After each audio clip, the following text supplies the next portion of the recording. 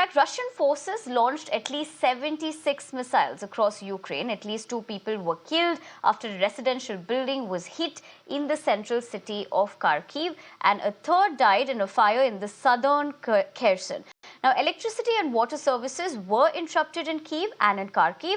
Now, metro services were suspended temporarily so that the stations could be used as bomb shelters.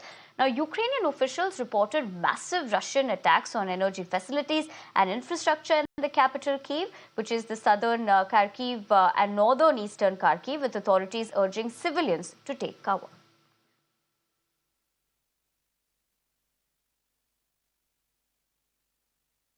Now, amidst the ongoing war between Russia and Ukraine, White House has condemned the increased offensive of Moscow.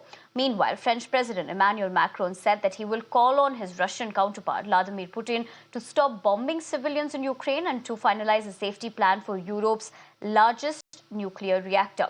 Now, the French president said that he expects China, India and other countries will also join the pressure campaign on Russia. Now, according to Macron, the aim is to remove weapons and armed forces from the nuclear facilities.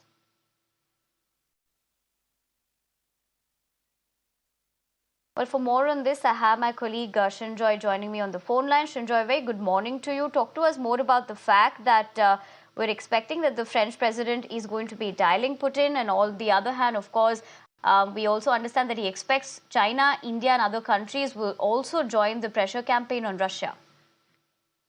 India has already said what it has to. Let's not forget that Narendra Modi, Prime Minister of India, has spoken with Vladimir Putin, the Russian president, twice about ending the war.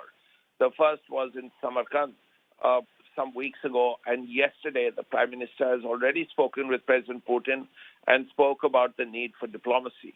So that has been done. Then, of course, the Chinese can do whatever they want to. But more important, when President Macron of France also attempts to do this, at least there will be some way of finding a solution to this war, which has had killed at least 100,000 people have been killed or injured. If you take both sides in this war, which has lasted 9 months and has caused endless suffering, not just to the people of Ukraine, but also people all over the world. Right, Shinjoy, but stay with me for a couple of minutes. In fact, talking about presidents and prime ministers in conversation, Russian President Vladimir Putin held a telephonic conversation with Prime Minister Narendra Modi on a host of issues, including Ukraine-Russia war, the G20 and more yesterday. Now, in the context of the ongoing conflict in Ukraine, Prime Minister reiterated his call for dialogue and diplomacy as the only way forward. Now, Prime Minister briefed President Putin on India's ongoing presidency of the G20, highlighting its key priorities. He also looked forward to both countries working together during India's chairship of the Shanghai Cooperation Organization.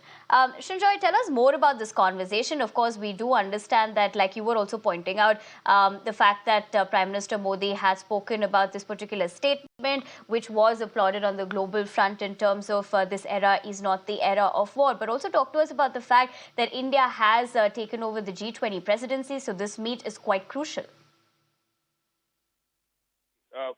Normally, Prime Minister Modi would have been in Russia. But this year, this was only a telephone call, a long, productive telephone call where there were a lot of things discussed.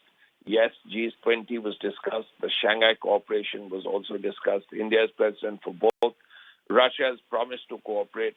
Also discussed were issues that relate to energy security. Now that is linked to the war. And we know that Russia is supplying a lot of petroleum to India, which India needs at this point, because petrol prices have gone up because of the war. Also, fertilizer imports from Russia came up, defense issues came up, because even now Russia is supplying new weaponry to India, including the S-400.